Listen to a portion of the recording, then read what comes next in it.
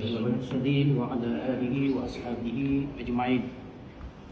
Berkenaan dengan memorandum yang kita hantar pada hari ini berkaitan dengan YB Pasir Putih, yang kita telah maklumlah apa yang difitnahkannya, dan individu yang terlibat ini adalah individu yang bukan biasa-biasa. Ya, dia bukan orang yang tidak belajar agama. Saya satu angkatan dengan dia di Universiti Al-Azhar. Ya. Dan dia pun ya belajar lebih tinggi lagi lah, ya, sampai ke PhD, ya.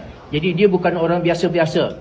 Malah jawatannya pun sangat besar dalam parti, ya. Dia sebagai bekas ketua Dewan Ulama PAS, ya, dan sekarang menjawat jawatan setiausaha, ya, syura, ya, ulama. Jadi ya, dia bukan orang biasa-biasa, dan dia bukan orang yang tidak tahu tentang sejarah yang berkaitan dengan sahabat-sahabat Nabi SAW. Jadi apabila ia dinyatakan oleh orang yang berpendidikan agama dan terang-terang menyebut nama sahabat-sahabat kibar, sahabat-sahabat besar Nabi SAW, ini bukan khilaf. Ini bukan orang kata, ya, tergelincir ucapan, bukan. Ya, dia tujukan khusus, ya, kepada, ya, Sayyidina Abi Bakar As-Siddiq radhiyallahu anhu, Sayyidina Umar bin Al-Khattab radhiyallahu anhu, dengan kata-kata yang tidak boleh, ya, diterima oleh sesiapa pun. Malah dengan angkuhnya dia menjawab bahawa orang yang mempertikaikannya itu tak habis belajar, ya, menunjukkan bahawa dia tidak pernah menarik balik kenyataannya. Dia hanya memaafkan kepada orang-orang yang kononnya mengkritiknya dengan cara yang tidak betul, kefahaman yang tidak betul.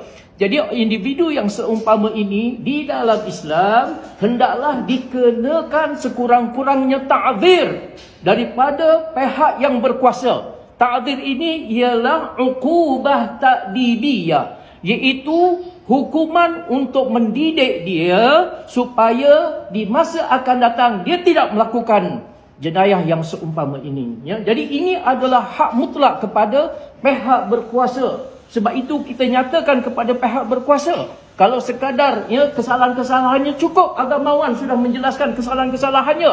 Tapi apabila kita datang kepada pihak yang mempunyai otoriti dan kuasa, rakyat mahukan tindakan yang sewajarnya diambil oleh orang yang besar pengaruhnya kepada masyarakat. Kita lihat bagaimana pendukung-pendukung mereka cuba untuk mempertahankan dan menegakkan benang basah ini. Jadi tindakan yang sewajarnya, sebagaimana memorandum yang kita nyatakan kepada pihak yang berkuasa ini, sememangnya dan sepatutnya, ya, didesak dengan sewajarnya oleh rakyat supaya, ya, benar-benar apa yang dilakukan oleh YB ini mendapat balasan takdibiah yang sewajarnya. Jadi, ya, itu penjelasan. Mudah-mudahan ianya akan memberikan pengajaran kepada umat Islam seluruhnya supaya tidak lagi melakukan perkara yang seumpama ini. Bahkan di dalam ucapannya itu, sebelum dia menghina sahabat-sahabat Nabi SAW, secara terang-terangan dia telah mengkritik pimpinan negara.